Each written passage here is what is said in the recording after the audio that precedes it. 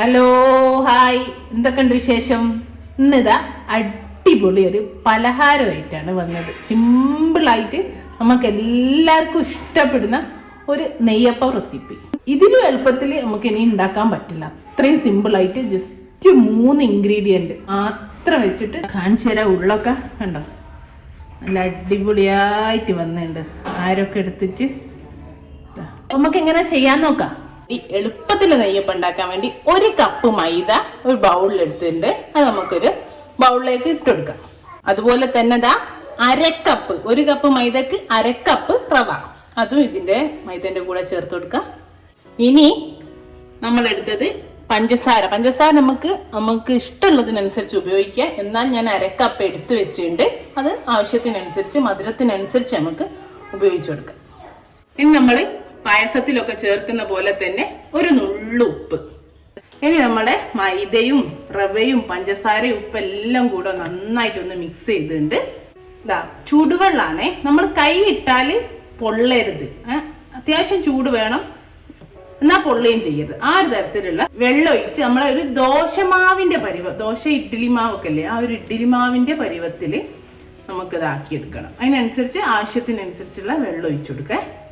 നമ്മൾ വെള്ളം എടുത്തെന്ന് പറഞ്ഞാൽ മൈദ എടുത്ത കപ്പില്ലേ, അതിന് നിറയെ വെള്ളം എടുത്തിട്ടുണ്ടേ. ഇനി വേണമെങ്കിൽ നമുക്ക് പിന്നെ ചേർത്ത് കൊടുക്കാം. ഇപ്പൊ നമ്മൾ ചേർത്ത് മിക്സ് ചെയ്യുന്നതെന്ന് പറഞ്ഞാൽ മൈദ എടുത്ത അതേ കപ്പിന് 1 കപ്പ് വെള്ളമാണ്, ചുടുവെള്ളമാണ് ചേർത്ത് കൊടുത്തത്. നന്നായിട്ട് വെള്ളമായിട്ട് യോജിപ്പിച്ചു. ഞാൻ ഒരു 2.5 ടേബിൾ സ്പൂണോളം പഞ്ചസാര ബാക്കിയുണ്ട് കേട്ടോ, ബാക്കിയേ ചേർത്തുള്ളൂ 1/2 കപ്പെന്ന്. നിങ്ങൾ മധുരം നോക്കിയിട്ട് ആദ്യം 1/4 കപ്പ് ചേർത്ത് കൊടുക്കുക. നന്നായിട്ട് യോജിപ്പിച്ചിട്ട് നോക്കിയിട്ട് പിന്നെ ചേർത്ത് കൊടുത്താൽ മതിയേ. കണ്ടോ, ഇതുപോലെ കിട്ടിയിട്ടുണ്ട്. ഇനി നമുക്കിതൊരു 4 മണിക്കൂർ റെസ്റ്റ് ചെയ്യാൻ വെക്കാം. നമ്മൾ റവ ചേർത്തി കൊടുത്തിട്ടുണ്ട്. റവ ഒക്കെ ഒന്ന് നന്നായിട്ട് സോഫ്റ്റ് ആയിട്ട് വരണം. അതിന് വേണ്ടിയിട്ട് നമുക്കിതൊരു 4 മണിക്കൂറൊക്കെ വെച്ചാൽ നല്ലത്. ഇപ്പോൾ സമയമില്ലെങ്കിൽ 2 മണിക്കൂറെങ്കിലും വെക്കുക. ഓക്കെ, ഒരു 4 മണിക്കൂറൊക്കെ കഴിഞ്ഞ് ഇനി നമുക്കിതിൽ ചെറിയൊരു പണി കൂടെ ഉണ്ട്.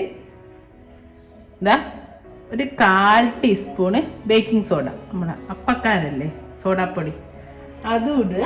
അതേപോലെ തന്നെ ഇതാ നമ്മളെ കറുത്ത എള്ളോ അല്ലെങ്കിൽ കരിഞ്ജീരകോ, ഇത് നിർബന്ധമൊന്നുമില്ല, ഇട്ടാൽ നല്ലൊരു ഭംഗിയായിരിക്കും കാണാൻ.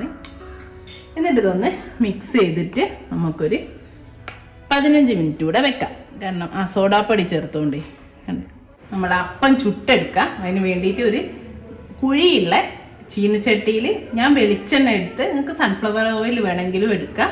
നമ്മൾ അപ്പത്തിന് നെയ്യപ്പമൊക്കെ ചൂടാൻ എടുക്കുന്ന പോലെ ഇതിലാണ് നമ്മൾ പൂരിക്കൊക്കെ പൊരിക്കാൻ വെളിച്ചെണ്ണ ഒഴിക്കൂലേ, അല്ലെ ഓയിൽ ഒഴിക്കൂലേ, അതേമാതിരി മുങ്ങി പൊരിക്കാനുള്ള ഓയിൽ ഒഴിക്കാം. ഇനി ഞാൻ നമ്മളെ മാവിൻ്റെ ഒരു കൺസിസ്റ്റൻസി കാണിച്ചതാ.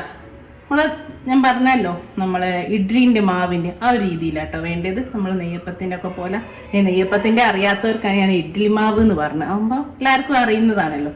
ഇനിയിപ്പോൾ നിങ്ങൾ 1 കപ്പ് വെള്ളം ഒഴിച്ച് വെച്ചിട്ടും കട്ടി തോന്നുകയാണെങ്കിൽ ഇളം ചൂടുവെള്ളത്തിൽ നമ്മൾ അപ്പം ചുടുന്നതിന് കുറച്ച് മുമ്പ് നമ്മൾ നേരത്തെ കാരമൊക്കെ ചേർത്തില്ലേ, ആ ഒരു സമയത്ത് കുറച്ച് വെള്ളം ഒഴിച്ചിട്ടൊന്ന് ലൂസാക്കിയാൽ മതി. ഞാൻ ഫ്ലെയിം ഹൈയിലിട്ടുണ്ട്, നല്ല തീയിൽ ഇതുപോലെതാ ഒരു തവി, ഒരു ചെറിയ, അത് നിങ്ങൾക്ക് സൈസ് നിങ്ങൾക്ക് അനുസരിച്ച് മാറ്റാം കേട്ടോ. ഞാനിപ്പോൾ ചെറുതാണ് ഉണ്ടാക്കുന്നത്. ഒഴിച്ചു കൊടുക്കുക. ഒന്നും ചെയ്യണ്ട, നമ്മളെ ഭൂരിയൊക്കെ പൊങ്ങുന്ന പോലെ കണ്ടോ, പൊങ്ങി വന്നു കഴിഞ്ഞാൽ നമുക്കൊന്ന് തിരിച്ചിട്ട് കൊടുക്കാം. ഇത്ര പണിയേ ഉള്ളൂ. എന്നിട്ട് ഫ്ലെയിം ഒന്ന് കുറച്ചിട്ട് നമുക്ക് 2 ഭാഗവും നന്നായിട്ട് മൊരിയിച്ചെടുക്കുക, വേവിച്ചെടുക്കുക. കണ്ടോ, ഇതുപോലെ കിട്ടും. ഇത് നമുക്കൊന്നുകൂടെ ഒന്ന് മറിച്ചിടാം. നല്ലോണം ഉള്ളൊക്കെ വേവിച്ചിട്ട് മൊരിച്ചു പോരാ കേട്ടോ. നമ്മളെ നെയ്യപ്പത്ത് നമ്മൾ ഇതിൽ ശർക്കര ഒന്നും അല്ലല്ലോ ചേർത്ത്, പഞ്ചസാരല്ലേ ചേർത്ത്, അതുകൊണ്ട് ആ ഒരു കളറ് വരൂല. എന്നാലും നല്ലൊരു കളറിൽ വന്ന് നമുക്ക് കോരി മാറ്റാം കേട്ടോ. അടിപൊളിയായിട്ട് കിട്ടി. ഇതാ ഇത്രേ ഉള്ളൂ. കണ്ടല്ലോ, നല്ല അടിപൊളി. നല്ല ചൂടായി, കൈ കൊണ്ട് കാണിച്ചു തരാൻ പറ്റൂല. കണ്ടോ, എളുപ്പത്തിലുള്ള നെയ്യപ്പം ഇവിടെ റെഡിയാണ്. നെയ്യപ്പം എന്ന് പറയണില്ല, നമുക്ക് വേണമെങ്കിലും റവ അപ്പം എന്ന് പറയാം. സിമ്പിൾ ഒരു, ഇപ്പോൾ നമ്മൾ വീട്ടിലൊന്നുമില്ല അങ്ങനെയാണെങ്കിൽ അപ്പം തന്നെ ഉണ്ടാക്കാൻ പറ്റിയൊരു ഇതാണ്. നമുക്കിപ്പം വെക്കണമെന്നില്ല കേട്ടോ, 1 മണിക്കൂറോ വെച്ചിട്ട് ഇത്തിരി കാരം അപ്പം തന്നെ ഇട്ടിട്ട് നന്നായിട്ട് മിക്സ് ചെയ്ത് എല്ലാവരും ട്രൈ ചെയ്ത് നോക്കുക. ഇൻഷാ അല്ലാ നല്ലൊരു വീഡിയോ ആയിട്ട് നമുക്ക് വീണ്ടും കാണാം. താങ്ക്